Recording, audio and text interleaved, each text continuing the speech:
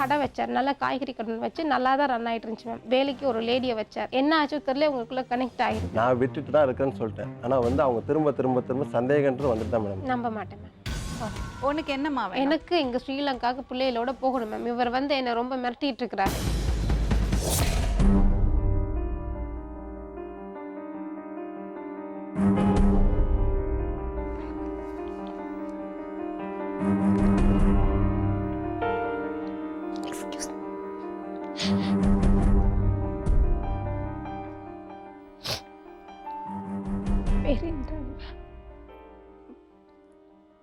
ஸ்ரீலங்கா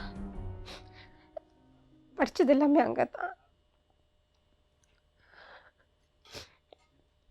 தான் படிச்சுட்டு இருந்தேன் மேம். அம்மாவுக்கு நாங்கள் 3 பசங்க, அண்ணா தம்பி ஒன்று, நான் ஒன்று. அம்மாவுக்கு வந்து 2 அண்ணாமார், 2 தங்கச்சி, 4 தம்பிமார், பெரிய ஃபேமிலி. அம்மாவோட அண்ணா 2வது அண்ணா வந்து அங்கே தான் இருந்தாங்க. சொந்தத்தில் கல்யாணம் பண்ணிவிட்டு அவங்க 1975 சரியாக தெரியல, அப்போது வந்து ஸ்ரீமா சாஸ்திரி ஒப்பந்தம் அப்படின்னு இந்தியாவில் இருந்து தான் அந்த ஒரு இதில் மாமா வந்து அவரோட மாமனார் ஃபேமிலியோட இந்தியாவுக்கு வந்துட்டாங்க. அதுக்கு பிறகு அம்மாவுக்கு கல்யாணம் ஆகியிருக்குது. அம்மா வந்து லவ் மேரேஜ், வீட்டில் விருப்பம் இல்லாமல் அம்மா பண்ணிக்கிட்டாங்க. அம்மா ஃபேமிலியோட இந்த டச்சும் கிடையாது. இருக்கும்போது ஸோ இந்தியாவுக்கு வந்த மாமாவோட அம்மாவோட தம்பிமார் வந்து லெட்டர் கான்டாக்ட் வச்சுட்டு இருந்துருக்குறாங்க. அம்மாவோட தம்பிங்க வந்து அம்மாவோட அண்ணனோட ஃபேமிலியோட கான்டாக்ட்ல இந்தியாவில் ஒரு அண்ணா தான் வந்தாங்க இல்லையா, மாமா, அவங்களோட கான்டாக்ட் லெட்டர் கான்டாக்ட்ல வச்சுட்டு இருந்தாங்க. எங்களுக்கு அவ்வளோவா ஒன்றும் தெரியாது. அம்மா ஸ்டோரி மாதிரி சொல்லுவாங்க, எங்களுக்கு அண்ணா ஒருத்தர் இந்தியாவில் இருக்கிறாரு, இந்தியாவில் சொந்தங்கள் இருக்கிறாங்க அப்படின்னு சொல்லிட்டு. அப்போ ஸ்டோரி மாதிரி சொல்லும்போது நீங்கள் எப்படி இங்கே வந்தீங்கன்னு கேட்கும்போது, தாத்தா வந்து சின்ன வயசுலேயே வந்துட்டார், பாட்டியோட இங்கே வந்துட்டு கல்யாணம் பண்ணிவிட்டு மூத்த பாட்டி இறந்ததுக்கு அப்புறமா 2வது குழந்தைங்க சின்னதாக இருக்கும்போது 2வது பாட்டி கல்யாணம் பண்ணிவிட்டு இங்கே செட்டில் ஆகிட்டாங்க. இவங்களும் போகிறதா தான் இருந்தாங்க, ஆனால் ஏதோ ரீசன்னாடி போக முடியல, அவங்க மட்டும் அங்கே போயிட்டாங்க அப்படின்னு சொன்னாங்க. 2வது பாட்டி ஸ்ரீலங்கன்னா இல்லை, அவங்க வந்து இங்கேருந்து தான் போனதா சொன்னாங்க. இது வந்து இங்கே வந்ததுக்கு அப்புறம் தெரிஞ்சிட்டது. இந்தியாவில் இருந்து தான் தாத்தா கல்யாணம் பண்ணி அம்மாவோட மூத்த அண்ணா இங்கே தான் பிறந்திருக்கிறாங்க. பிறந்ததுக்கு அப்புறம் ஸ்ரீலங்கா போயிருக்கிறாங்க. அப்போ இதை வந்து அம்மா வந்து ஜஸ்ட் கதையாக சொல்லிகிட்டு இருப்பாங்க எங்கள்கிட்ட. அப்போ நாங்கள் கேட்போம், தச்சு இல்லையா, ஏன் நீங்கள் ரிலேட்டிவ்ஸ் இருக்கிறாங்க தானே, ஏன்னா அந்த டைமில் வந்து ஸ்ரீலங்காவில் பிரச்சனை இருக்குது, யுத்தம் அந்த மாதிரி பிரச்சனை. இப்போ நார்மலி சொல்லுவாங்க, அங்கேருந்து இங்கே நிறைய பேர் படிப்பாங்க, செட்டில் ஆவாங்க, அந்த மாதிரி. எப்படி இருந்ததும்மா அப்போ அங்கே வாழ்க்கை அந்த யுத்தம் டைம்லலாம்? யுத்தம் டைமில் வந்து மேம், இப்போது நாங்கள் சென்ட்ரல் ப்ராவின்ஸ் சொன்னால் மத்திய மாகாணத்தில் அவ்வளோவா யுத்தம் சம்மந்தப்பட்ட பிரச்சனை கிடையாது. நார்த்தில் தான் மெயினாக அந்த பிரச்சனை. அப்போ நம்ம தமிழர்களுக்கு அங்கே வந்து ரொம்ப கஷ்டம் தானே வாழ்க்கை? கஷ்டம் தான் மேம். இப்படி 2 விதமாக இருக்குது. இப்போ நாங்கள் வந்து தமிழ் அப்படிங்கிற அடையாளத்தை காட்டிக்காமல் நார்மலாக பெருசாக எந்த ரைட்ஸ் அது இதுன்னு போகாமல் நாங்கள் உண்டு வேலை உண்டுன்னு இருந்தால் எந்த பிரச்சனையும் இல்லை. செக் பண்ணுவாங்க, வீட்டுக்கு வருவாங்க, பஸ்ஸில் போகும்போது எங்களை பாடியில் பாம்ஸ் இருக்கா பார்த்து செக் பண்ணுவாங்க, பேக் எல்லாம் செக் பண்ணுவாங்க, நாங்கள் ஸ்ரீலங்கன் தானா எல்லாமே செக் பண்ணுவாங்க. இப்போ எங்கள் அம்மாவுக்கு வந்து கல்யாணம் ஆகும் வரைக்குமே ஸ்ரீலங்கன் சிட்டிசன்ஷிப் கிடைக்கல. அம்மாவோட பர்த் சர்டிஃபிகேட்டில் இந்தியன் தமிழ் அப்படின்னு தான் போட்டிருந்தது. ரொம்ப காலம் கழிச்சு தான் அம்மாவுக்கு சிட்டிசன்ஷிப்பே கிடைச்சிருக்குது. அந்த மாதிரி தான் இருந்தது. சின்ஹலிஸ் தமிழ் ஆளுங்களை கல்யாணம் பண்ணிப்பாங்களா? அதெல்லாம் கூட இருக்குது, அதெல்லாம் இருக்குது. அப்போ அந்த யுத்தம் வந்த டைமில் அப்படி கல்யாணம் பண்ண உங்களுக்குள்ள பிரச்சனை வந்திருக்கா? இல்லை மேம். ஏன்னு சொன்னால் இப்போ இந்த பிரச்சனை மெயினாக இருந்தது நார்த்தில் தானே மேம். நார்த்தில் வந்து இப்போ தமிழ்ஸாக இருந்தாலும் இந்தியன் தமிழ்ஸ், ஜஃப்னா தமிழ்னு 2 விதமாக அங்கே இருக்குது.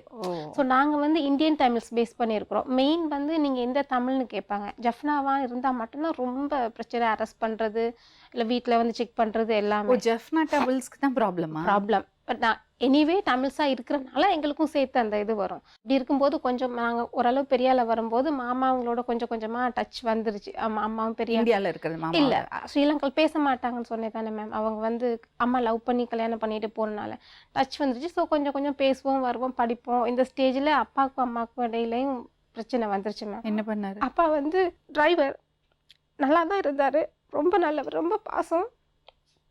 ஃபாரின் போகும்போது இப்போ என்னை ஃபஸ்ட் டைம் நல்லபடியாக போயிட்டு வந்தார். செகண்ட் டைம் அந்த ஏஜென்சி மாற்றி போகும்போது ஏஜென்சினால தான் வந்ததுன்னு சொன்னார். சரியாக தெரியாது, கப்பல் பண்ணி ஃபாரினுக்கு அனுப்பிட்டதா சொன்னார். இன்னொரு லேடியோட அப்படி போனால் தான் உங்களுக்கு நல்ல உங்கள் பிள்ளைங்க. அப்பா ரொம்ப படிக்கவே இல்லை, இன்னசென்ட். அப்படி போயிட்டு வந்து பிரச்சனையில் வந்து இன்னொரு லேடி லேடி கூட கல்யாணம் connection பண்ணிட்டு அது ரொம்ப பிரச்சனையாயிடுச்சு. அம்மா கொஞ்சம் ரொம்ப இமோஷனல் ஆகி கேஸ் அப்படிலாம் போயிட்டு அம்மா என்ன செஞ்சாங்க, கேஸ் போட்டாங்க. மாமாங்கெல்லாம் அந்த டைம் சப்போர்ட்டுக்கு வந்துட்டாங்க. நீ ஹஸ்பண்ட் கூட போறியா, நம்ம கூட வரியா. 3 பிள்ளைங்க இருக்கிறாங்க. அப்போ எனக்கு 13 வயசு இருக்கும். கேஸ் போட்டு அப்பாவை வர சொல்லி தான் ரெக்வெஸ்ட் பண்ணாங்க. நான் அப்பா வந்து அந்த லேடியை விட முடியாது, அவங்க பாவம் இன்னசென்ட் அப்படி இப்படின்னு சொன்னாங்க. உண்மையாக சொல்லப்போனால் அப்பா தான் இன்னசென்ட். ஏன்னா கேஸ்க்கு போனதுக்கு அப்புறம் தான் தெரியும் அந்த லேடிக்கு வந்து அப்பா 3வது பர்சன். கல்யாணம் பண்ணி ஹஸ்பண்ட் இறந்து பேரம்பேத்தியெல்லாம் இருக்கிற அவங்க.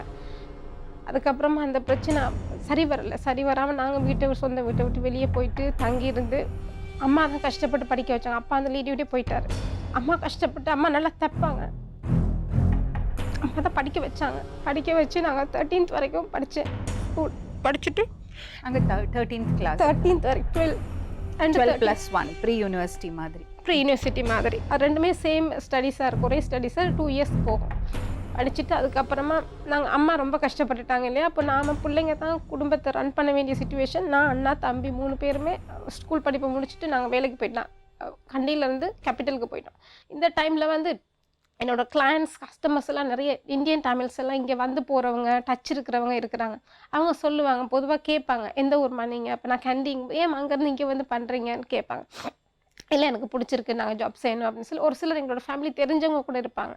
அப்போ நல்லா செய்கிறீங்க அப்படின்னு சொல்லிட்டு ரொம்ப சப்போர்ட் பண்ணுவாங்க. ஏன் நீங்கள் இந்தியா போகக்கூடாது, இந்தியா போனீங்கன்னா அங்கே இந்த பிரச்சனைலாம் இல்லையா, உங்களுக்கெல்லாம் சொத்தெல்லாம் இருக்குமே அப்படின்னு சொல்லிட்டு. இல்லை டச் இல்லை எங்களுக்கு அப்படின்னு.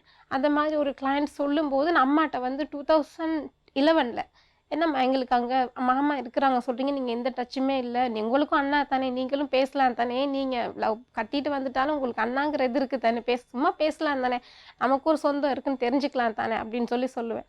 சொல்லும்போது பார்க்குறேன் அப்படின்னு சொல்லிட்டு ஒரு டைம் லீவில், ஏப்ரல் லீவில் வந்து சித்திரை லீவுக்கு சொந்த ஊருக்கு கேண்டி போயிட்டு வரும்போது லெட்டர் ஒன்று கொண்டு வந்து கொடுத்தாங்க என்கிட்ட. இது வந்து அண்ணா போட்ட லெட்டர் வந்து இதுதான் இருந்துச்சு, இந்த லெட்டர் வச்சு பார்ப்போம் அப்படின்னு சொல்லிட்டு அதில் ஃபோன் நம்பர் இருந்தது. எவ்ரி சண்டே தான் நாங்கள் வீட்டில் இருப்போம். சண்டே கால் பண்ணோம், ரிங்கிங் நோ ஆன்சர்.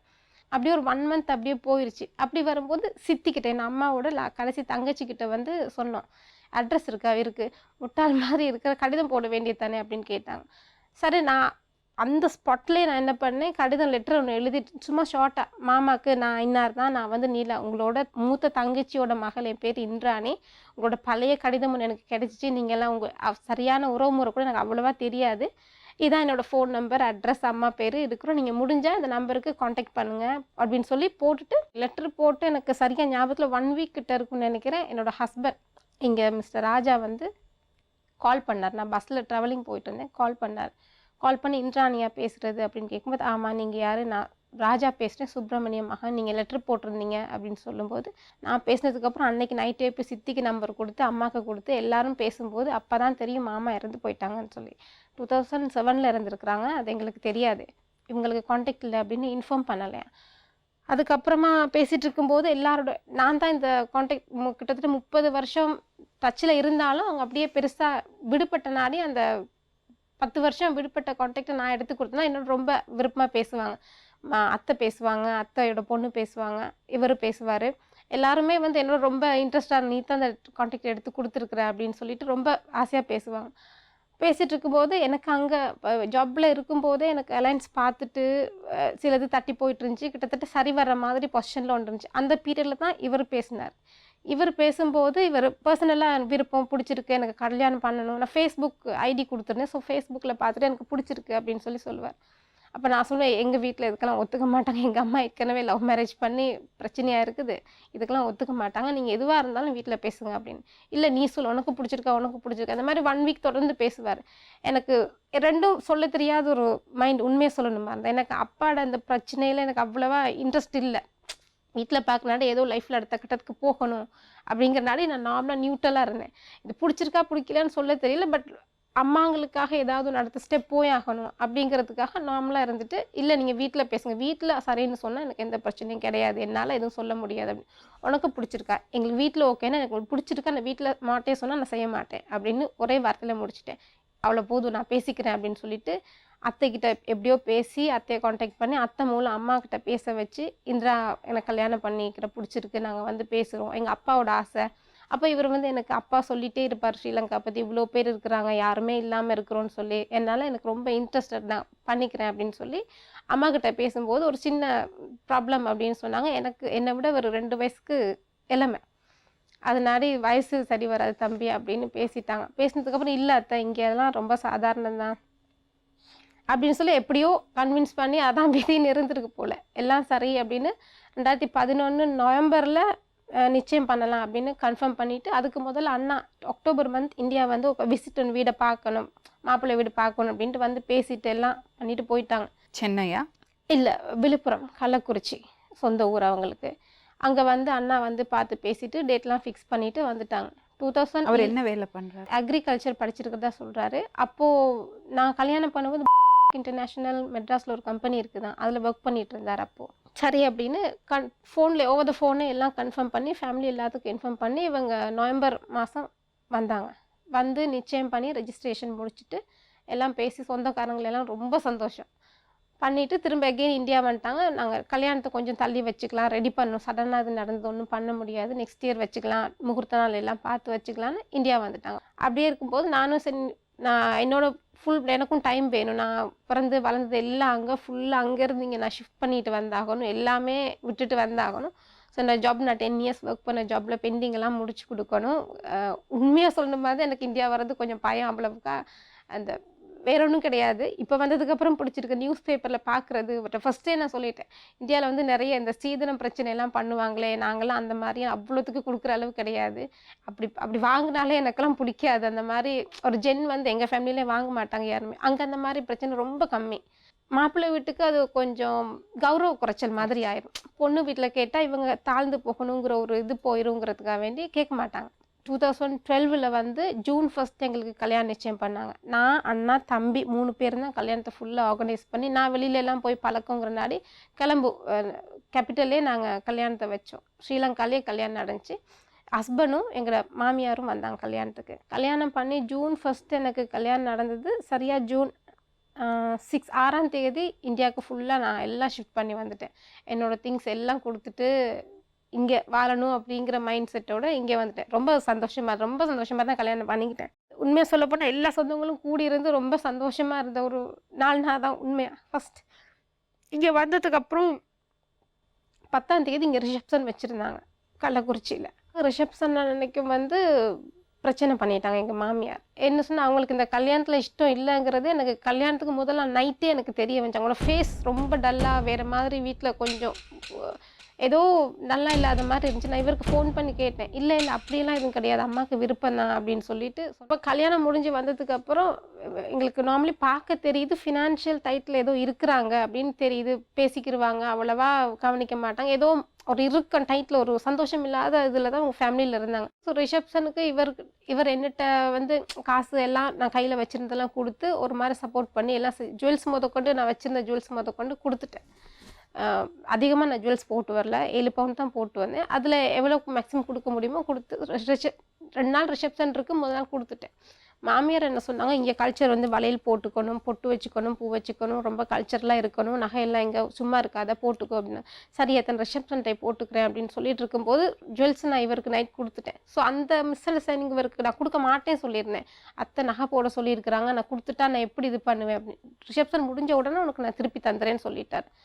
சொன்னதில் இவர் அந்த டென்ஷனில் இருக்கும்போது மார்னிங் மாமியார் வந்து டீ கொடுக்கும்போது இவர் வேண்டாம் அப்படின்ட்டு தட்டி விட்டுட்டார். தட்டி விட்ட உடனே மாமியார் சண்டை போட ஆரம்பிச்சிட்டாங்க. இவ தான் வந்து உனக்கு சொல்லி கொடுத்துட்டாளா டீ தட்டி விட சொல்லி, அம்மா கையில் டீ ஊற்ற சொன்னால, அப்படி இப்படின்னு ரொம்ப சண்டை போட்டு எங்கள் வீட்டில் எல்லோரும் முன்னுக்கு சண்டை போட்டோன்னா ரொம்ப ஷாக்.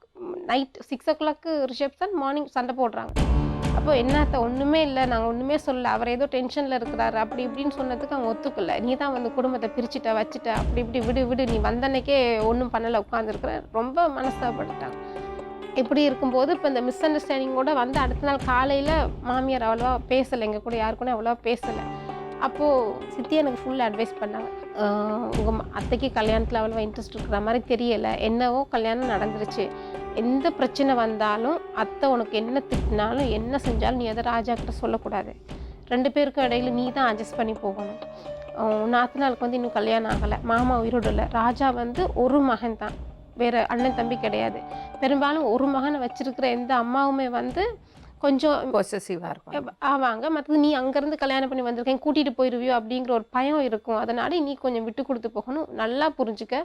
உனக்கு நான் சொல்லித்தரேன். நான் கல்யாணம் பண்ணி ஒரு வீட்டில் போய் வாழ்ந்தவன், எனக்கு தெரியும். எந்த பிரச்சனை வந்தாலும் ராஜா கிட்ட நீ சொல்லக்கூடாது. நீ ஒரு அண்ணியா அம்மாவுக்கு சமானமாக நின்று சத்யாவுக்கு நீ கல்யாணம் பண்ணி கொடுக்கணும். இதுதான் உனக்கு நான் கொடுக்குற அட்வைஸ். எந்த காரணம் கொண்டும் இங்கே இருக்கிற எந்த பிரச்சனையும் நீ ஸ்ரீலங்காவுக்கு சொல்லக்கூடாது. என்ன சொன்னால் கடல் கடந்து நீ இருக்கிற நீ பிரச்சனையை சொன்னால் கூட அங்கே இருக்கிறவங்க வீண் டென்ஷன் ஆவாங்க. இவங்க சொந்தக்காரங்க தான் என்னத்தான் இருந்தாலும் அவங்களுக்கு ஏதோ ஒரு டென்ஷன் இருக்கும், காலப்போக்கில் சரியாக வந்துடும் அப்படின்னு சொல்லிட்டு ரொம்ப அட்வைஸ் பண்ணிட்டு என்ன ரொம்ப நீ அட்ஜஸ்ட் பண்ணி போகணும், நீ தான் பொறுத்து இருக்கணும், கல்யாணம் ஆயிடுச்சு அப்படின்னு சொல்லி அட்வைஸ் பண்ணிட்டு போனாங்க. அதே மாதிரி நானும் மேக்ஸிமம் இருந்தேன். ஆனால் நீங்க வேலைக்கெல்லாம் போல ட்ரை பண்ணல. இங்கே வந்து நான் வேலைக்கு போகல. ஏன்னா மேம் அங்கே உள்ள படிப்பு வித்தியாசம், இங்கே ஒரு எக்ஸாம் எழுதணும் அப்படிங்கிற மாதிரி சொன்னாங்க. வந்தோன்னே எனக்கு அந்த ஐடியா இருந்தது. இவர் சொல்லியிருந்தாரு அக்ரிகல்ச்சர் படிச்சிருக்கிறேன், கல்யாணத்துக்கு முதலே நான் ஃபாரின் போயிடுவேன், எனக்கு ஆஃபர் வந்திருக்குது, லேண்ட்ஸ்கேப்பிங் முடிச்சிருக்கிறேன், அக்ரிகல்ச்சர் சம்மந்தமாக ஃபாரின் போயிடுவேன் அப்படிங்கிற ஐடியாவில் தான் இவர் சொல்லியிருந்தார் ஆல்ரெடி கல்யாணத்துக்கு முன்னாடியே. அதனால எனக்கு அந்த ஐடியா அதெல்லாம் ஒன்றுமே இருக்கலை. எங்கள் மாமியார்ட்ட நான் சொல்லியிருந்தேன், நான் வந்து படித்து முடிச்சோன்னே வேலைக்கு போயிட்டேன், உங்களோட சமையல் முறை ஃபுல்லாக வேறு, எங்களோட நாட்டு பழக்கம் வேறு, நீங்கள் என்ன இல்லாமல் சொல்லிக் கொடுங்க, நான் செய்துக்கிறேன் அப்படின்னு சொல்லிட்டு. அப்போ எங்களோட சின்ன மாமியார் என் ரூமுக்கு கூட்டிகிட்டு போயிட்டு சொன்னாங்க, இங்கே பாருந்துடா, ராஜாவுக்கு வந்து அவ்வளோ பொறுப்பு கிடையாது, நிறைய முறைகள் செய்யணும், ராஜாவுக்கு தெரியாது, நீ தான் எல்லாம் சொல்லி செய்விக்கணும் அப்படின்னாங்க. சரியத்தான் நீங்கள் சொல்கிற மாதிரி நான் செய்கிறேன், எனக்கு தெரியாது அப்படின்னு. பூ வச்சுக்க, பொட்டு வச்சுக்க, வலையெல்லாம் நிறைய போட்டுக்க, அங்கே நார்மல் அங்கெல்லாம் அப்படி ஒன்றும் இல்லாமல் இருக்கிறது, அங்கே அப்படி இருந்தால் தான் சேஃப், அப்படி இருந்து பழகிருச்சு பல வருஷங்களா, அங்கே இருந்த மாதிரி இங்கே இருக்கக்கூடாது அப்படின்னா. சரியத்தை எனக்கு எதுவுமே தெரியாது தானே, ஃபஸ்ட்டு இப்போ தானே வந்திருக்கிறேன், சொல்லி கொடுங்க, நான் செஞ்சுக்கிறேன் அப்படின்னு. அப்போ அவங்க வந்து என் மாமியார்ட்ட சொன்னது எனக்கு இன்னும் ஞாபகத்தில் இருக்குது. நீ நினைக்கிற மாதிரி இல்லை பாப்பா, இந்திராவுக்கு வந்து ஒன்றும் தெரியாது, சொல்லி கொடுத்தா அது அங்கே உள்ள கல்ச்சரில் வளர்ந்துருச்சு, இங்கே உள்ளது எதுவும் தெரியாது, சொல்லி கொடுத்தா அது புரிஞ்சுக்கிறோம் அப்படின்னு சொல்லி சொன்னாங்க. சொன்னதுக்கப்புறம் இங்கே எல்லாமே ஃபுல் அண்ட் ஃபுல்லாக வேறு. அங்கே பால் பவுடர் யூஸ் பண்ணுவோம், இங்கே பாலில் யூஸ் பண்ணுவாங்க, அந்த மாதிரி எல்லாமே டிஃப்ரெண்ட். அப்படி இருக்கும்போது இவங்களுக்கு என்ன இருந்தாலும் செட் ஆகலை.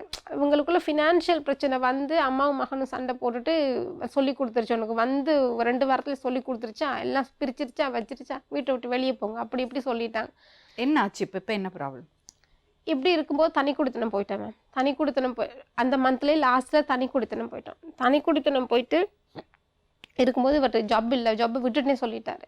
ஸோ அந்த ஜுவல்ஸ் மிச்சம் இருந்தது எல்லாம் விற்று நாங்கள் லைஃப்பில் உங்களை ஏமாத்திட்டாங்களா? அப்படித்தான் எனக்கு தோணுது. இவருக்கு வந்து நிறைய கொஞ்சம் ஃபினான்ஷியல் கடன் பிரச்சனை இருக்குது அப்படிங்கிறது தனி குடித்தனம் வேலைக்கே போக மாட்டாரா? அப்போ வேலைக்கு போகலை, வேலையை விட்டுட்டே சொன்னார். ஏன்னா சிங்கப்பூர் போயிடலாம், அந்த ஆஃபர் போயிடலாம் நாங்கள் அப்படிங்கிற மாதிரி சொல்லிட்டு இவர் வேலைக்கு போகலை. சேம் டைம் நான் கன்சீவ் ஆகிட்டேன். எனக்கு வந்து ஃபுல் யாருமே மாமியார் இல்லை, யாருமே இல்லையா மேடம், நானும் இவர் மட்டும் தனியாக இருக்கிறோம் வேற ஒரு வீட்டில். எனக்கு ஃபுல்லாக வாமிட், ரொம்ப அதிகமாக வாமிட், கிளைமேட் ஒத்துக்கல, இந்த ப்ரெக்னென்சியில் ரொம்ப முடியாமல் போயிடுச்சு. அப்போ இவர் வேலைக்கும் போகலை, கையில் இருக்கிற காசை வச்சு ஃபஸ்ட்டு கன்சல்டேஷன் ஃபுல்லாக இதுக்கு போயிடுச்சு, பேபி அந்த இதுக்கு போயிடுச்சு. ஸோ அந்த இதில் இருக்கும்போது இவரும் நானும் மட்டும்தான் வீட்டில் பேசிக்கிட்டே இருக்கும்போது, இல்லை நாங்கள் டெலிவரிக்கு அங்கே அனுப்பிடலாங்கிற மாதிரி மைண்டில் இருந்தாங்க. திரும்ப என்ன இது பேசி, இல்லை சரி வராது, பர்த் சர்டிஃபிகேட் ப்ராப்ளம் வரும், நாளைக்கு ஸ்கூல் சேர்க்கும்போது இங்கே டெலிவரி பாருங்கள், அம்மாவை அனுப்பி வைக்கிறேன் அப்படின்னு சொல்லிட்டாங்க. அப்போது ஃபினான்ஷியல் ஃபுல்லாக ஒரு ஜாப்புக்கு போகலை, ஃபினான்ஷியல் ஃபுல்லாக வந்து கஷ்டம், கையில் இருக்கிற பணம் அதை வச்சு தான் செய்துட்டு இருந்தோம். இதோடு இவருக்கு பழைய கடன்கள் இருந்திருக்கு, எங்களுக்கு தெரியாது. என்ன ஆச்சு அதுக்கப்புறம் சொல்லுங்கள். இப்படியே போயிட்டு இருக்கும்போது மேம் போன வருஷம் வந்து என்ன பண்ணார், இவர் கள்ளக்குறிச்சி சொந்த ஊர்லேயே காய்கறி கடை ஒன்று வச்சார் மேம். காய்கறி கடை குழந்தை பிறந்தாச்சா? குழந்தை பிறந்துருச்சு. குழந்தை பிறந்து திருப்பூரில் வேலை செஞ்சோம். பிறகு திரும்ப இங்கே வந்து நிறைய சஃபர் பண்ணேன், சொல்ல போனால் டைம் பத்தாது மேம், அவ்வளோ சஃபர் பண்ணேன். Financial full suffering. மாமியார் சப்போர்ட் பண்ணல. அவங்க வந்து கொடுத்ததா சொல்கிறாங்க, நான் கண் கூட பார்க்கல. இவர் போயிட்டு வாங்கிட்டு வருவார், காசு வாங்கிட்டு வருவார், திங்ஸ் வாங்கிட்டு வருவார்னு எங்கள் மாமியார் பேசும்போது சொல்லுவாங்க. 6 மந்த் மாமியார் வீட்டில் கொண்டு போய் விட்டுருவார். வாடகை கொடுக்க முடியாமல் ப்ராப்ளம் வந்து ஃபினான்ஷியலி ஒன்றுமே இல்லைன்னா வீட்டை காலி பண்ணுங்க சொல்லிடுவாங்க. 6 மந்த் அங்கே இருப்போம். திரும்ப அங்கே இருக்கும்போது சண்டை போட்டுருவாங்க. எவ்ரி இயர் குழந்தை கிடச்சி நான் 3 மாதம் வீட்டில் இருக்கும்போது எங்கள் அம்மா வந்து பொண்ணு குழந்தை கிடச்சி இருக்கும்போது எங்கள் வீட்டில் அவங்க வீடை ஷிஃப்ட் பண்ணிட்டு வந்து எங்கள் வீட்டில் இருந்தாங்க. இருந்துட்டு என்னோட சண்டை போட்டு நடுராத்தில் வீட்டை விட்டு திரத்தி விட்டுட்டு. யார்? எங்கள் மாமியார். ஒன்று நான் வேணான்னு சொன்னேன், ஆனால் அவன் பண்ணிட்டான். இது என்ன பெரிய ஹஸ்பண்ட் உங்கள்கிட்ட பாசமாக இருப்பாரா? அப்போது பாசமாக இருந்தார். பாசமாக இருந்தாலும் இவர் கொஞ்சம் அம்மா கிட்ட கொஞ்சம் அட்டாச்மெண்ட் அதிகம். சொல்கிறது என்ன சொன்னாலும் கண்ணை மூடிட்டு கேட்டுருவார். இதையும் பேலன்ஸ் பண்ணும் இதையும் பேலன்ஸ் பண்ணும், ரெண்டையும் அவருக்கு பண்ணிக்க தெரியல. மெயின் வந்து ஒரு குழந்தை உங்களுக்கு? 2 குழந்தை. இப்போ 2 குழந்தை இருக்கு. இப்போ இன்னொரு குழந்தை பிறந்து 7 மாசம் இருக்கு. அது பொண்ணு? 2 பொண்ணு. லாஸ்ட் இயர் வேற வழியில கடை வச்சார், நல்லா காய்கறி கடை வச்சு நல்லா தான் ரன் ஆயிட்டு இருந்துச்சு. யாரு கேபிட்டல் இன்வெஸ்ட்மெண்ட் பண்ணாங்க? இவரோட ஃப்ரெண்டு, இவரோட ஃப்ரெண்டும் சேர்ந்து தான் அந்த காய்கறி கடையை ஆரம்பிச்சாங்க. அவர் தான் 20,000 கேபிட்டல் போட்டு 2 பேரும் பார்ட்னர்ஷிப்பாக செய்யறதா பிளான் பண்ணி செய்தாங்க. செய்துட்டு இருக்கும்போது இடையில என்ன நடந்துச்சு தெரியல, என்ன அவங்க மிஸ்டேக் தெரியல, அவங்க விலகிக்கிறேன்னு சொல்லிட்டு அந்த அண்ணா விலகிட்டாங்க. விலகினதுக்கு அப்புறம் இவர் தனியாக செய்துட்டு இருந்தார். இவர் தனியாக செய்துட்டு இருக்கும்போது காய்கறி கடைக்கு ஒரு வேலைக்கு ஒரு லேடியை வச்சார். அந்த லேடி காய்கறி கடைக்கு வேலைக்கு வரும்போது ஹஸ்பண்ட் இறந்து 3 மாதம், அவங்களுக்கு 3 குழந்தை இருக்குது. நவம்பர் மாதம் ஃபர்ஸ்ட் வீக்கில் தான் வச்சார். என்ன ஆச்சோ தெரியல, உங்களுக்குள்ள கனெக்ட் ஆகிருக்குது. எனக்கு இந்த விஷயம் எதுவுமே தெரியாது. வீட்லேயும் வந்து நான் வாமிட்டிங் பிரச்சனை இருக்கிறனால வீட்லேயும் வந்து வேலை செஞ்சுக்கிடுவாங்க, காய் கடையில் இருப்பாங்க. அந்த பசங்களுக்கு அப்பா இல்லை அப்படிங்கிற ஒரு சிம்பத்தியில் நான் ரொம்ப அதிகமாக செய்வேன். அந்த சிம்பத்திக்காக தான் கடைக்கு வர. என்ன பசங்க? 3 பேருமே பாய்ஸ், 3மே பாய்ஸ் தான். இப்படி இருக்கும்போது சரியாக எனக்கு நிறைய டிஃப்ரென்ஸ் தெரிஞ்சு, இவர் பார்க்க மாட்டார், அதிகமாக சண்டை போடுவார், நிறைய பிரச்சனை பண்ணுவார். நைட் ஜப்புக்கு போகிறேன் அப்படின்ட்டு போயிடுவார். மார்ச் மாதம் 1ஆம் தேதி எனக்கு விஷயம் தெரிய வந்துச்சு. என்னோட கேர்ள் பேபி அவங்களோட ஃபோனை கையில் வச்சுட்டு அம்மா அப்பா ஃபோட்டோ அப்படின்னு ஃபோனை காட்டுச்சு. அவங்க ஃபோனில் எப்படி அப்பா ஃபோட்டோ அப்படின்னு அப்போ தான் எனக்கு தெரிஞ்ச என்ன ஏதுன்னு கேட்கும்போது, ஆமாம் நான் கல்யாணம் பண்ணிக்கிட்டேன். பிரச்சனை தெரிய வந்தோன்னே வீட்டில் நான் பிரச்சனை பண்ணல, சத்தம் போடல, வீட்டுக்குள்ளே வச்சு அமைதியாக கேட்டுட்டு இருந்தேன். என்ன சொல்லுங்கள், இப்போ என்ன பண்ணுறது, உங்களுக்கு நல்லா தெரியும் நான் கல்யாணம் பண்ணியிருக்கு, ஒரு குழந்தை இருக்குது, வயிற்றுல ஒரு குழந்தை, நீங்கள் வேலைக்கு தானே வந்தீங்க, ஏன் புருஷன் சொன்னால் கூட உங்களுக்கு தப்பு தெரியலையா அப்படின்னு கேட்டதுக்கு, இல்லைங்க தப்பு தெரியுதுங்க, அதனால் நீங்கள் சரியாக இருந்தால் நீங்கள் சொல்லியிருக்கணுமேங்கன்ட்டு, உங்களுக்கு விருப்பப்பட்டு தானே செஞ்சுருக்குறீங்க, உங்களுக்கு துரோகம் பண்ணுறீங்கன்னு தோணலையா அப்படின்னு சொல்லிட்டு கேட்டதுக்கு, இல்லை தப்பு தான் அப்படி இப்படி எனக்கு அவர் என்ன சொல்கிறாரு. அவர் ஹஸ்பண்ட் அப்போ வெளியில் போயிருந்தேன், திரும்ப வந்தார். ஆமாம் நான் கல்யாணம் பண்ணிட்டேன். ஏன் இங்கே வந்தீங்க? உங்களுக்கு நாங்கள் என்ன செய்யணும்? எனக்கு ஸ்ரீலங்கா அனுப்பி வைங்க மேம். நான் வேற வழி தெரியல. எனக்கு வேற வழி, எனக்கு இங்கே இருக்க பிடிக்கல.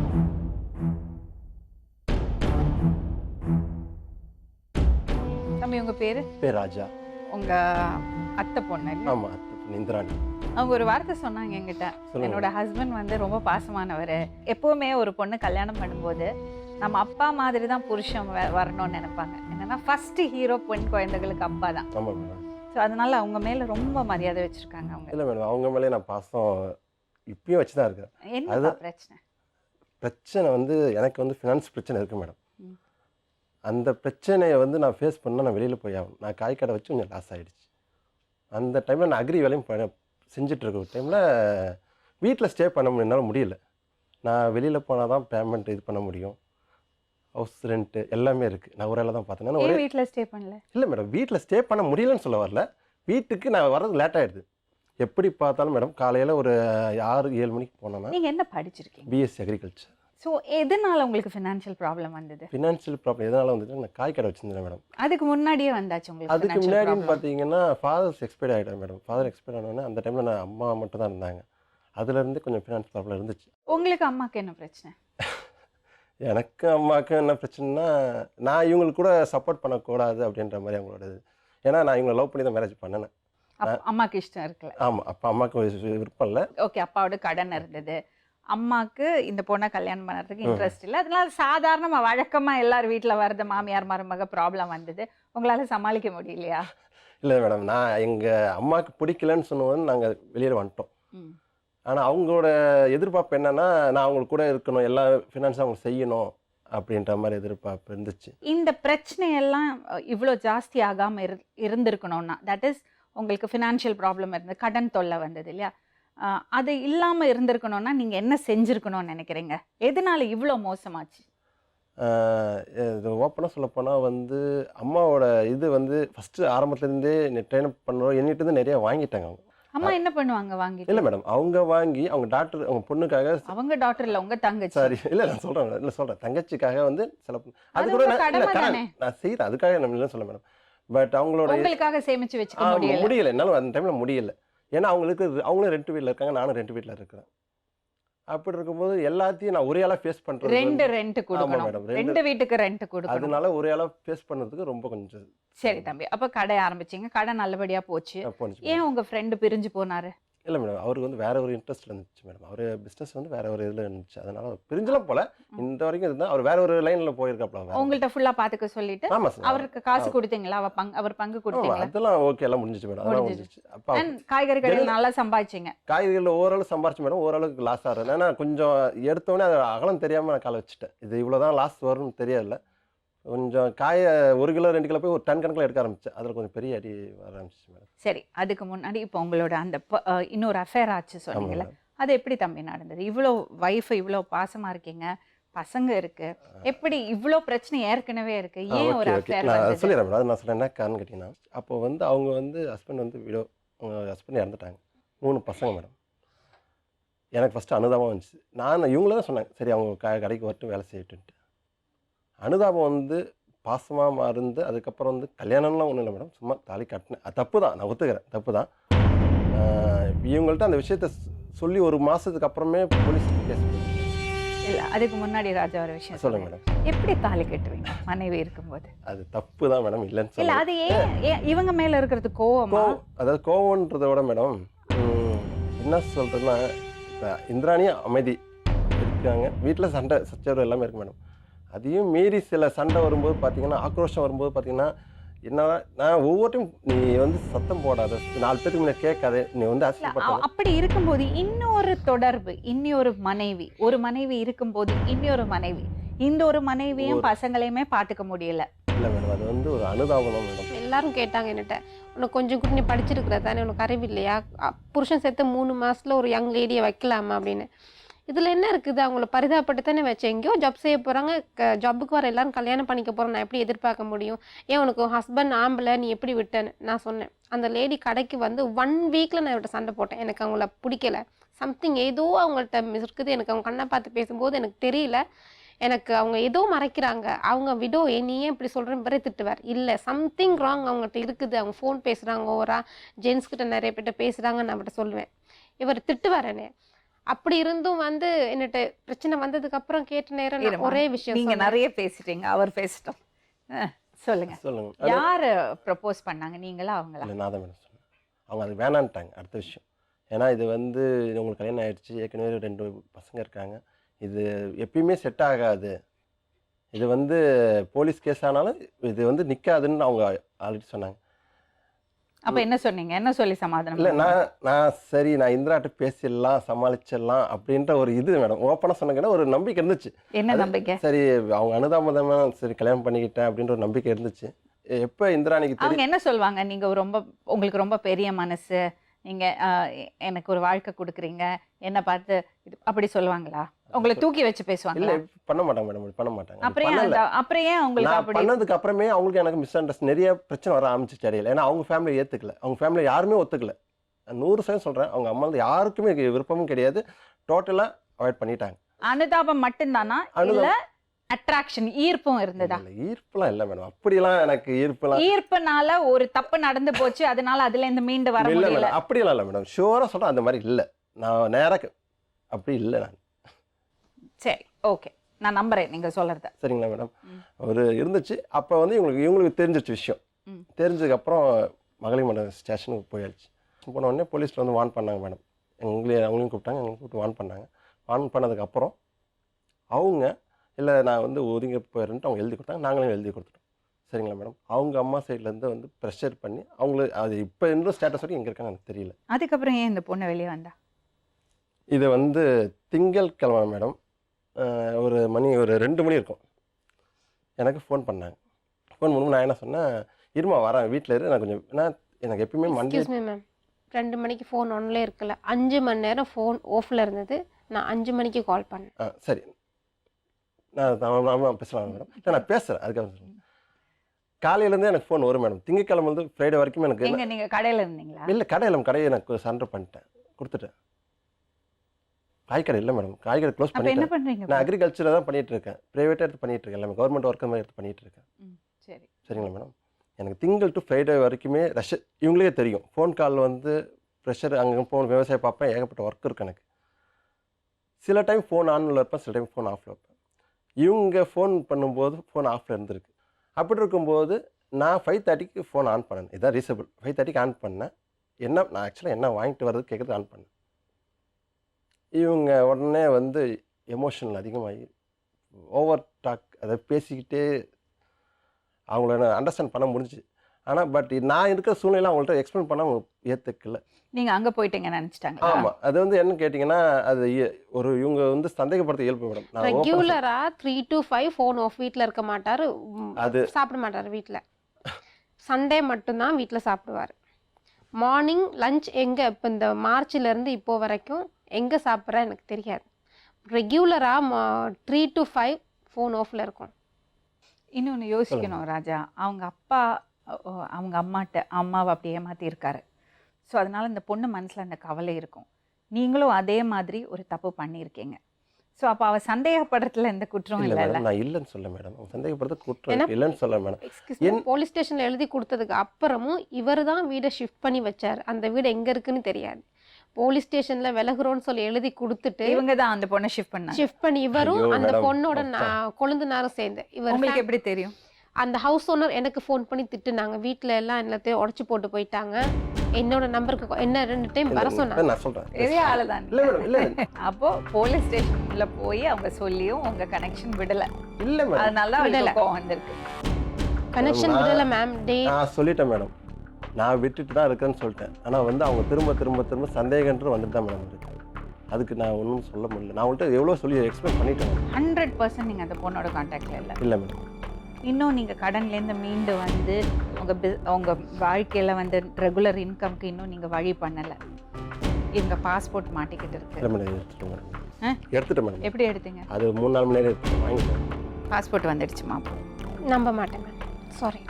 அப்போ பாஸ்போர்ட் நான் நிறைய நம்பிட்டேன். நான் கண்டிப்பாக கொண்டு வரேன் மேடம். 100% அந்த லேடி மேலே சந்தேகம் இருந்துச்சு. 101% இவர் மேலே நம்பிக்கை, இவர் தப்பு பண்ண மாட்டாரு. அந்த நம்பிக்கையில் தான் தைரியமா. நான் என்ன சொல்கிறேன் தெரியுமா, மனுஷங்க தானே, ஏதோ ஒரு சூழ்நிலை, ஒரு விபத்துன்னு நினச்சிக்கோ, விட்டுரு. உன் மனசில் இருந்து அந்த குப்பை எடுத்து வெளியே போட்டுட்டு. நான் போடுறதுக்கு ரெடி மேம். இடையில 2 months இவருக்கு டைம் கொடுத்துருந்தேன். நான் ஃப்ரீயாக இருந்தேன். ஃபினான்ஷியல் பிரச்சனையும் இருக்குது, இப்படிப்பட்ட பிரச்சனை சீக்கிரத்தில் வெளிவரும். எங்கள் மாமியார் உள்ளே வந்து அட்வைஸ் பண்ணாங்க. நானே சொன்னேன், எங்கள் வீட்டில் அப்படி நடந்த அப்பாவுக்கு அசிங்கம் ஆயிடுச்சு, இவருக்கு அப்படி அசிங்கம் வரக்கூடாது. ஸோ அப்படியே ஸ்மூத்தாக வெளியில் கூட நான் சொல்ல, இவருக்கு தெரியும், உள்ளே வச்சு தான் பேசி முடிச்சிருந்தேன். ஆனால் இவங்க கனெக்ஷன் 100% சொன்னேன். கனெக்ஷன் உள்ளே வச்சு வெளியே வரக்கூடாதுன்னு ட்ரை பண்ணி எல்லாம் முடிஞ்சு அதை சமாளிக்க முடியாத போது தான் இங்கே வந்திருக்கிறேன். பிரச்சனை ஃபினான்ஷியல் பிரச்சனை ஒரு பக்கம். சரி, அவங்க நான் பேசலாம் மேடம். சொல்லுங்க. இப்போ இவங்க சொல்கிறாங்க மேடம், இவங்களுக்கு 100% கனெக்ஷன் இருக்குன்னு சொல்கிறாங்க. நான் சொல்கிறேன் மேடம், அந்த 100% இவங்க ப்ரூஃப் பண்ண, எனக்கு 100% இல்லைன்ற. ஏன்னா ஏன் சுவிட்ச் ஆஃப் பண்ணுறீங்க அப்போ 3 to 5? மேடம் நான் சுவிச் ஆஃப் பண்ண மாட்டேன் மேடம். என்ன காரணம் கேளுங்க மேடம். எனக்கு வந்து விவசாயம் வர்றது அதிகம். நான் ஸ்பேர் எடுத்து நான் எப்பயுமே 2 to 3 நான் இவங்களுக்கே தெரியும், நான் வீட்டில் இருந்தாலும் ஆஃப் பண்ணி தான் வைப்பேன். பாருங்க, பிசினஸ்ல இருக்கிறதுவங்க போனை சுவிட்ச் ஆஃபே பண்ண இல்லை மாட்டாங்க. மேடம், அது கூட நான் சொல்கிறேன் மேடம், வீட்டில் தான் அது 2 to 3 வீட்டில் இருந்தாலும் அதான் ஆஃப் பண்ணி வைப்பேன். வீட்ல இருந்தா ஆஃப் பண்ணுங்க, வெளியே இருக்கும்போது ஏன் ஆஃப் பண்றீங்க? நான் இங்கே தான் இருக்கும்போது ஓப்பனாக சொல்லுவேன் மேடம். ட்ராவல் இருக்கும்போது சொல்லிட்டு ட்ராவலிங்கில் இருக்கேன் அப்படின்னு நான் தெளிவாக சொல்லுவேன். ஏங்க நாங்க எல்லாரும் போன் இல்லை மேடம், வச்சிருக்கோம். ஓகே நாங்க மேடம். எத்தனையோ டிராவல் பண்றோம், நாங்க யாரும் சுவிட்ச் ஆஃப் பண்றது கிடையாது நான் போன். வந்து இவங்க சொல்கிறாங்க ஒரே அந்த 2 அப்படி இல்லை மேடம். நான் ஃபோன் இருக்கும், ஆனில் இருக்கும், ஆஃபில் இருக்கும். நான் ரெகுலராக இதுக்கு போன் ஆன் ஆஃப்ல எல்லாம் இருக்கவே இருக்காது. இல்லை மேடம், சார்ஜ் இருக்கும் சில டைம் இல்லாமல் இருக்கும். அது 2 to சார்ஜ் 3 எல்லாம் பிசினஸ்ல இருக்கிறவங்க எப்பவும் சார்ஜ்ல இருக்கிற மாதிரி தான் வச்சுப்பாங்க. அப்படிதான் மேடம் நானும் வச்சிருப்பேன். நானும் அப்படிதான் வச்சிருப்பேன். ராஜா, உங்களுக்கு நல்லது இல்லை. இன்னும் நீங்க கனெக்ஷன்ல இருந்தேன்னா உங்களுக்கு நல்லது இல்லை மேடம். இல்லை மேடம், சொல்லிட்டேன். அதுக்கப்புறம் நான் நீங்க இதுக்கப்புறம் உறுதி கொடுக்க இவர் முடியுமா? கன்வின்ஸ் பண்ணி கூட்டிட்டு போறதுக்கு வந்திருக்கிறாரு மேம். உனக்கு என்னமா வேணும்? எனக்கு இங்க ஸ்ரீலங்காவுக்கு பிள்ளைகளோட போகணும் மேம். இவர் வந்து என்ன ரொம்ப மிரட்டிட்டு இருக்கிறாரு. நீங்க அவரோட வாழ விருப்பப்படலையா? இவருக்கு விருப்பம் இல்லை மேம். என்னைய நீ தேவையில்லை, மாமியார்கிட்ட உனக்கு என்ன பேச்சுன்னு கேட்குறேன். அந்த லேடியோட அம்மாவுக்கு நான் ஃபோன் பண்ணி திட்டுனேன். இவர் சொன்னார் இல்லையா மேம், 5 மணிக்கு கால் பண்ணி பேசினேன்னு சொல்லி. அவங்க இந்த லேடிஸ் கிராம ஏதோ லோன் இருக்கு இல்லையா, ஹஸ்பண்ட் செத்தப்போ 20,000 லோன் எடுத்ததுக்கு அவங்க பே பண்ணல. இவர் பொறுப்பேற்றுக்கிட்ட, இவருக்கு தேவையில்லாத விஷயம் பொறுப்பேற்றுட்டு இவர் கட்டுறாரு மேம். நான் சரி, பொறுப்பேற்றுக்கட்டல மேடம். போலீஸ் ஸ்டேஷன் எழுதியே கொடுத்துருக்கோம். என்னால் ஃபுல் அமௌண்ட் நான் தர முடியாது. அவங்க இதை நாங்கள் போலீஸ் ஸ்டேஷன் எழுதி கொடுத்துருக்கோம். அது இல்லைன்னா நாங்கள் எதுக்காக மேம் அந்த காட்டு பணத்தை இவர் கட்டணும்? சொந்த குடும்பத்தையே பார்க்க முடியல. இல்லை ஊர்ல இருக்கிறது யாருங்கிறதுக்கு எதுக்கு நீங்க மேடம், உதவ போறீங்க? நான் அவங்களுக்கு தர வேண்டிய பணத்தில் தான் நம்மளுக்கு கட்டிட்டு இருக்கேன் நான். அது போலீஸ் ஸ்டேஷன்ல கொடுக்கல. சரி மேம், அதை கூட நான் விட்டுட்டேன். ஒரு 1 மந்த்துக்கோ 2-3 வீக்ஸ்க்கு முதல்ல அதுக்கு மெயின்டைன் பண்ணுற லேடி வந்து என்னட்ட காசு கட்டல 3 வாரமாக நான் தான் போட்டு கட்டுறேன். சரிங்க அக்கா, யார் உங்கள்கிட்ட பணம் வாங்கினது? துளசி வாங்கினா. அப்போ துளசி வாங்கினா நீங்கள் வாங்கினவங்கள போய் கேட்கணும். துளசி யாரையும் கை காட்டி விட்டு அவங்க வீட்டில் வந்து நீங்கள் பணம் கொடுக்கலன்னு கேட்பீங்களா? வாங்கினவங்க எல்லாரும் லேடிஸ் போயிட்டு உட்காந்து சைன் பண்ணி தான், மீட்டிங் அட்டன் பண்ணி தான் பணம் கொடுக்கணும். அந்த ஒரு லேடிக்கு மட்டும் ஒரு ஸ்பெஷல் இது அப்ரூவல் கொடுத்த மாதிரி. அவங்க வர்ற இந்த பிரச்சனைக்கு அப்புறம் வர்றதும் இல்லை, பணம் மட்டும் இவர் அழகாக டான்னு போயிடுது. சரி, தொலைஞ்சு போகட்டும், இது ஏதோ தப்புக்காக பிராச்சித்தமாக கூட இருக்கணும், நான் விட்டுட்டேன் மேடம். அவங்க வந்து என் வீட்டில் கேட்குறாங்க, அதையும் விட்டுட்டேன் மேம். கடைசி அந்த 5 மணி நேரம் ஃபோன் ஆஃப். என்னோட சின்ன குழந்தை பழியில் ஒரு நூல் இன்னைக்கு உயிரோடு இருந்திருக்காது மேம். எனக்கு அவ்வளோ டென்ஷனான காரணம், நான் தனியாக இருக்கிறேன், 2 குழந்தைங்களை வச்சுட்டு இவர் ஃபோன் ஆஃப் பண்ணி வச்சுட்டு போயிட்டாரு. ஒரு அவசரம்னு நான் யாருக்கு மேம் கால் பண்ணுவேன்? என் கையில் காசு கிடையாது, யார் இருக்கிறாங்க எனக்கு இந்த நாட்டில்? இவரை நம்பி வந்தேன். இவங்க அம்மாவுக்கு என்ன பிடிக்காது, சுத்தமாக துரத்தி விட்டுட்டாங்க. இந்த பிரச்சனையில உள்ள வந்து அவங்க தான் டெலிவரி பார்த்தாங்க, நல்லா பார்த்துக்கிட்டாங்க. ஆனாலும் மறுபடியும் பிரச்சனை இவரோட பண்ணி போலீஸ்ல கம்ப்ளைண்ட் பண்ணி வீட்டுக்கு வரவிடாம பண்ணிட்டாங்க. போறதில்ல திரும்ப. நான் தனியாக இருக்கிறேன். இப்போ இந்த லேடி பிரச்சனை பண்ணனாடி தானே மேம் நான் இவ்வளோ பிரச்சனை பண்ணுறேன். இதுக்கு முதல்ல ஆல்ரெடி ஃபினான்ஷியல் பிரச்சனை இருக்குது இவருக்கு. என்னத்துக்கு திரும்ப கடன் வாங்குறாரு? கடையை வச்சு ஒழுங்காக பண்ணியிருக்கணும், அதையும் பண்ணல. லேடி பிரச்சனை பண்ணிட்டாரு, கல்யாணம் பண்ணிக்கிட்டாரு. ஒன்று மேம், ஒரு மனுஷன் என்னையே பிடிக்கலையா, நீ லீகலாக என்று சொல்லியிருக்கலாமே, நான் டிவோர்ஸ் கொடுத்துட்டு போயிருப்பேன். எனக்கு எதுக்கு மேம் இப்படிப்பட்ட கஷ்டப்பட்ட வாழ்க்கை? இப்போ நான் இங்கே வந்த மெயின் ரீசன் மேம், நான் என்னோட பிள்ளைங்களுக்காக தான் மெயினாக இங்கே வந்திருக்கிறேன்.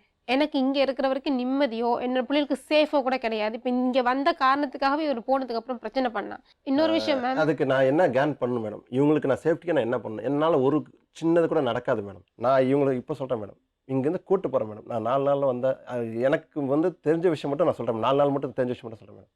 இவங்க எங்கே போகிறாங்கன்னு தெரியாது மேடம். ஃபோன் ஆன்சர் கிடையாது, கட் பண்ணி விட்டான். எனக்கு ஒரே விஷயம் மட்டும் தெரிஞ்சுக்கலாம், இவங்க இருக்கிறாங்களா இல்லையான்னு கூட எனக்கு தெரியல. அவங்க பிரதருக்கு ஃபோன் பண்ணால் அவங்களுக்கு விஷயம் தெரியும், எங்கே இருக்கான்னு தெரியும். அதுக்கு சரியான ரெஸ்பான்ஸும் கிடையாது. வீட்டை வந்து சாவியை வந்து எடுத்துகிட்டு போயிட்டாங்க, திறந்து போட்டு எடுத்துகிட்டு போயிட்டாங்க. ஒரே கீ தான், சாவியை வச்சுட்டு தான் வந்தேன். அது என்கிட்ட சொல்லியிருக்கலாம், ஒரு ஆன்சர் பண்ணியிருக்கலாம் மேடம். நான் 100 காலுக்கு மேலே பண்ணியிருப்பேன். ஒரே ஒரு அட்டன் பண்ணி நான் இங்கே தான் இருக்குன்னு கூட சொல்லாத, சாவி இங்கே தான் இருக்குது, கவி கூட பேசுன்னு சொல்லி நான் எத்தனோ மெசேஜ் அனுப்பிச்சிட்டேன். பெரிய ஒரு பொண்ணா ரெஸ்பான்ஸ். கவி? ஆமாம் மேடம், பெரிய பொண்ணு. ஒரு 4 வயசு ஆச்சு மேடம். நீங்க 2 பசங்களையும் எடுத்துட்டு வந்துட்டீங்களா? 2 அங்கே தான் மேடம் இருக்கு. அப்போ எனக்கு ஒரே ஒரு சின்ன ஒரு மரியாதை கொடுத்துருக்கலாம் மேடம். என்னன்னு கேட்டிங்கன்னா, ஒரு அட்டன் பண்ணியோ இல்லை வேற யார்ட்டாச்சும் வச்சு பேசியாச்சோ நான் இங்கே தான் இருக்கிறேன் அது கூட சொல்ல கவலைப்பட்டிருக்க மாட்டீங்க. நான் 5 வருஷம் கொடுத்துட்டேன். 5 வருஷம், இந்த 5 வருஷம் கொடுத்துட்டு இப்போ இந்த 4 நாள்ல சொல்றாங்களா மேடம், உயிரே போயிடும்லம்மா. எங்க போயிருக்காங்க தெரியும்? சாரி மேம், என்னால முடியவே. இவர் சொல்ற எந்த விஷயத்தையும் கேமராக்கு முன்னால டிவிக்கு முன்னால 1000 சொல்லலாம். இல்ல, ஒரு நிமிஷம். அவர் ஒரு கேரண்டி சொல்றேன்னு சொன்னாங்க. என்ன சொல்றேன்னு சொன்னீங்க? இவங்களை கூப்பிட்டு போகிறேன் மேடம், புது லைஃப் நாங்கள் ஆரம்பித்து சந்தோஷமாக இருப்போம். அதுக்கு நான் கேரண்டி பண்ணுறேன். என்னால் அவங்களுக்கு வந்து சின்னதாக ஒரு இதுக்கு மேலே அனுபவிச்சுட்டாங்களோ இல்லை இதுக்கு மேலே நடக்காது, அதுக்கு நான் கேரண்டி பண்ணுறேன். அதுக்கு நீங்கள் என்ன ஃபார்மாலிட்டிஸ் பண்ணுறீங்களோ அதுக்கு நான் அக்செப்ட் பண்ணுறேன். நான் இல்லை தம்பி, நீங்கள் நேர்கள் சொல்கிறீங்க. நேர்கள் அவங்களும் நான் சொல்கிறேன், அவங்களுக்கு என்ன கேட்கணும் நான் அக்செப்ட் பண்ணுறேன். நான் இது மாதிரி 1000 கதை கேட்டுட்டேன். 5 வருஷம் 1000 கதை. இன்கம் இல்லாமல் இவர் சொன்ன கதை அத்தனையும் கேட்டுட்டேன். இந்த பிரச்சனையிலே நான் கேட்டுட்டேன். இதுக்கு நீங்கள் வந்த ரீசனே எனக்கு ஸ்ரீலங்கா போகணும். நான் என்னோட நாட்டு ஒரு ஐடியா சொல்லவாமா? கேட்பியா? நான் ஒரு அட்வைஸ் பண்ணவா? சொல்லுங்கம்மா. உங்கள் திருமண வாழ்க்கையை அப்படி தூக்கி போட்டுட்டு போகக்கூடாதுமா. உங்கள் பசங்களுக்காக, உங்கள் குடும்பத்துக்காக, உங்கள் ஹஸ்பண்டுக்காக அவர் பண்ண தப்புகளை எல்லாம் மறந்து இன்னும் மேக்ஸிமம் எஃபர்ட் போட்டு உங்களுக்கு இந்த திருமணத்தில் நம்பிக்கை இருந்தால், அந்த ரிஸ்க் எடுக்க தயாராக இருந்தீங்கன்னா நீங்கள் அவரோட போங்க. நான் அவர்கிட்ட பேசுகிறேன், உங்களுக்கு பாஸ்போர்ட்டை வாங்கி கொடுக்குறோம். அது மட்டும் இல்லாமல் உங்களுக்கு ஒரு வேலைக்கு ஏற்பாடு பண்ணி கொடுக்குறோம். அது ஒரு சாய்ஸ். இதனால உங்களுக்கு கிடைக்க போகிறது என்னதுன்னா, மேபி அவர் வந்து டோட்டலி மாறலாம். உங்கள் சந்தேகம் போச்சுன்னா மேபி உங்களுக்குள்ள இன்னும் ஒரு பெட்டர் ரிலேஷன்ஷிப் வரலாம். இந்த மேரேஜ் ஒர்க் அவுட் ஆகலாம். ஓகேயா? இல்லை, என்னால் நான் கஷ்டப்பட்டுட்டேன், எனக்கு இதுக்கு நான் இன்னும் கஷ்டப்பட தயாராக இல்லை, ரிஸ்க் எடுக்க தயாராக இல்லை, நான் வந்து இந்த இதுக்காக இன்னும் ட்ரை பண்ணுறதுக்கு தயாராக இல்லைன்னு நீங்கள் முடிவு பண்ணிங்கன்னா, நீங்கள் லூஸ் பண்ணுறது உங்கள் மேரேஜ். 2 பசங்களுக்கு அப்பாவும் அம்மாவும் ஒன்றா இருந்தால் தான் அது குடும்பம். அது இல்லைன்னா அவங்களுக்கு அது ஒரு மென்டல் டர்மாயில் தான், அது ஒரு மன அழுத்தம் தான். அது நீங்கள் லூஸ் பண்ணுவீங்க. சரிங்களா? லேட்டர் ஆன் லைஃப்பில் நம்ம கொஞ்சம் கூட அட்ஜஸ்ட் பண்ணி போயிருக்கலாமேன்னு நீங்கள் நினைக்கலாம். ஸோ இந்த பக்கம் போனீங்கன்னா உங்களுக்கு ஒரு வாழ்க்கை அமையும், எந்த பக்கம் போனீங்கன்னா ஒரு வாழ்க்கை அமையும். இதை நீங்கள் தான் சூஸ் பண்ணணும். அவர் ஒத்துக்கிறாரு, அவர் பண்ண தப்பு ஒத்துக்கிறாரு. ஆனால் உங்கள் மேலே உயிரே வச்சுருக்காரு, பசங்களை அவருக்கு பிடிக்கும் சொல்கிறாரு. தம்பி, இப்போ அவங்க மன அழுத்தத்தில் இருக்காங்க. ஃபர்ஸ்ட் ஆஃப் ஆல் டெலிவரி ஆனாலே ஒரு சின்ன மன அழுத்தம் இருக்கும். அது உங்களுக்கு உங்களோட எக்ஸ்ட்ரா மேரிட்டல் அஃபேர் இருந்திருக்கு, ஃபினான்ஷியல் ப்ராப்ளம் இருந்திருக்கு. ஸோ நான் என்ன நினைக்கிறேன்னா அவங்களுக்கு ஒரு ரிலாக்ஸேஷன் தேவை, ஃப்ரெஷ் ஆகிட்டு வரணும். எதுவுமே மாறல, நீங்கள் ஹஸ்பண்ட் அண்ட் ஒய்ஃப் தான், அப்படி தான். ஆனால் இப்போ அவங்க அம்மா வீட்டுக்கு அனுப்பிச்சு வைங்க. பாஸ்போர்ட் எடுத்திருக்கேன்னு சொல்றீங்க, பசங்களுக்கு பாஸ்போர்ட் அப்ளை பண்ணணும்லமா? அப்ளை பண்ணணும், விசா பே பண்ணணும், விசா ரினியூ பண்ணணும். எனக்கு அந்த ப்ரொசீஜர் அவங்களோட ரெகுலரைஸ் பண்ணிடுங்க. ஏன்னா விசா இல்லாமல் இருக்கிறது ஒரு பெரிய ரிஸ்க், அது ஒரு இன்செக்யூரிட்டி. இல்லை மேடம், அது நான் பேசிட்டேன் மேடம். சரி, அதை முதல்ல பண்ணுறோம். அதுக்கப்புறம் பசங்களுக்கு பாஸ்போர்ட் அப்ளை பண்ணுறோம். அதுக்கப்புறம் பசங்களையும் அவங்களே ஊருக்கு அனுப்பிச்சு வைக்கிறீங்க. நான் கூட்டு போகிறேன் மேடம், நானே கூட்டு. இப்போ விசா இருக்கட்டும், பாஸ்போர்ட்டாக இருக்கட்டும், அதுக்கு நம்ம டீம் உங்களுக்கு ஹெல்ப் பண்ணுவாங்க. ஓகே, இப்போ நீ வீட்டுக்கு போ, இந்த ரெகுலரைஸ் பண்ணி பாஸ்போர்ட் எல்லாம் வாங்கிட்டு நீ உன்னோட ஊருக்கு போ, ஸ்ரீலங்காவுக்கு போ. அங்கே போய் ரிலாக்ஸ் பண்ணு. நீங்கள் என்ன பண்ணுறீங்க, உங்கள் ஃபினான்ஷியல் ப்ராப்ளம்ஸ் எல்லாம் சரி பண்ணிக்கிறீங்க. ஃபினான்ஷியல் ப்ராப்ளம்ஸ், கடன் தொல்லையெல்லாம் இல்லாமல் குடும்பத்தோடு நீங்கள் சந்தோஷமாக வர்றது கொஞ்சம் கஷ்டம் மேடம். அதுதான் மேடம் படிப்படியாக நாங்கள் ட்ரை பண்ணிட்டு இருக்கோம் மேடம். ஏன்னா எனக்கு மெயின் காரணம் என்னன்னு கேட்டிங்களா மேடம், எனக்கு வந்து குடும்பத்தில் வந்து சந்தோஷமாக இருக்கணும். வீட்டுக்கு போனால் பசங்கள்கிட்ட வந்து டைம் ஸ்பெண்ட் பண்ணுறதே கிடையாது. அவங்களுக்கு மெயின் என் மேலே ரீசனபுளாக தான். ஏன்னா நான் வர்றதே டைம் வரேன், ப்ரெஷரு, ஃபோன் கால், வெளியில் போகிறேன், விவசாயம் பார்க்கணும், அங்கங்கிட்ட ஏகப்பட்ட வேலை. நான் ஒரே ஆளாக தூக்கி போட்டு பண்ணும்போது மேடம் எனக்கு டோட்டல் மென்டலி அப்செட் ஆகிடும். சில டைம் இவங்களுக்கே தெரியும், ஒரு நாளைக்கு குறைஞ்சது ஒரு 60-70 கால் அட்டன் பண்ணுவேன். இன்னும் இப்போ செல்லை ஆஃப் பண்ணி போட்டு வச்சிருக்கேன், அதனால் வந்து கால் வரல. இருந்தாலும் மேடம் நீங்கள் சொல்கிறத நான் எல்லாருக்கும் தான் ப்ரெஷர் இருக்கு. இல்லை மேடம், நான் சொல்கிறேன், நீங்கள் எல்லாருக்கும் தான் ப்ரெஷர் இருக்கு. அப்படியெல்லாம் மண்டே பிச்சுக்கிற மாதிரி இருக்கும் ஒரு வாட்டி. அதுக்குன்னு இல்லை மேடம், அப்படி இல்லை, அதுக்குன்னு இன்னொரு தொடர்பை ஏற்படுத்திப்பீங்களா? ஏற்கனவே ஒரு பொண்டாட்டியே வச்சு சமாளிக்க முடியல சொல்றீங்க. இல்லை மேடம், அப்ப எப்படி இன்னொரு பொண்டாட்டி தேடிக்கிட்டீங்க? இதெல்லாம் முடிஞ்சு போச்சு மேடம். சரி, அப்ப இதெல்லாம் சும்மா காரணம். ஸோ நான் என்ன சொல்றேன், நீங்க எல்லாத்தையும் கொஞ்சம் லைஃபை கொஞ்சம் பெட்டரா மேனேஜ் பண்ணுங்க. இப்போ உங்க வயசு என்னது தம்பி? 33 மேடம். ஆமா, இன்னும் நிறைய கிடக்கு. Long way to go. You are still very very young. Okay madam. Okay, bye 35 நீங்க உங்க ப்ராப்ளத்தை, ஃபினான்ஷியல் ப்ராப்ளத்தை எல்லாம் சரி பண்ணீங்க. ஒரு ரோட் மேப் வச்சுங்க. ஃபினான்ஷியல் பிளானிங் வந்து ரொம்ப ரொம்ப இம்பார்ட்டன்ட்பா. கண்டிப்பா மேடம். அந்த பேஸ் ஃபவுண்டேஷன் கரெக்டாக இருந்தால் ஃபஸ்ட்டு டெபாசிட் ஒன்று, நம்ம இப்போ எல்லாருக்குமே தான் அது ஃபஸ்ட்டு டெபாசிட் ஒன்று கொண்டு வருதா நம்மளுக்கு கஷ்டம். அதுக்கப்புறம் ப்ராப்பராக பில்டப் ஆகும். உங்கள் 2 பசங்க பேர்லேயும் டெபாசிட்ஸ் போட்டு அவங்களுக்கு படிப்புக்கானதெல்லாம் ஏற்பாடு பண்ணி வச்சு இந்த மாதிரி ப்ராப்பராக மெட்டிகுலஸாக பிளான் பண்ணுங்கள். நீங்கள் வேலைக்கு போகணும். இப்போ நீங்கள் ஸ்ரீலங்காவுக்கு போனீங்கனாலும் you take back your job. பசங்களை பார்த்துட்டுருங்க. உங்களால் முடிஞ்ச ஹெல்ப் அவருக்கு பண்ணுங்க. நான் எப்போவோ சொல்லிட்டேன் மேம், இவர் தான். நீங்கள் அவரோட ஃபினான்ஷியல் ப்ராப்ளத்துக்கு நீங்கள் அவர்கிட்ட கொடுக்காதீங்க காசை. லோனை ஸ்ட்ரெயிட்டாகவே உங்களால் ஏதாவது அடைக்க முடிஞ்சா உங்களால் முடிஞ்சா பண்ணுங்க, இல்லைன்னா வேண்டாம். முடியலைன்னா பண்ணாதீங்க.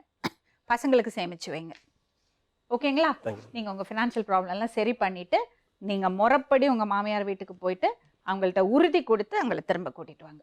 கண்டிப்பாக பண்ணுறேன் மேடம். இவருக்கு இப்போ இன்கமே கிடையாது, எப்படி மேம் செய்வார்? எப்படி வேர்ட் கொடுக்குறாரு? எப்படி வேர்ட் கொடுக்குறாரு? அதுக்கு நான் ஆன்சர் பண்ணுறேன் மேடம். இவங்களுக்கு வந்து நான் இன்கம் இல்லைன்ற மட்டும் தான் தெரியும்.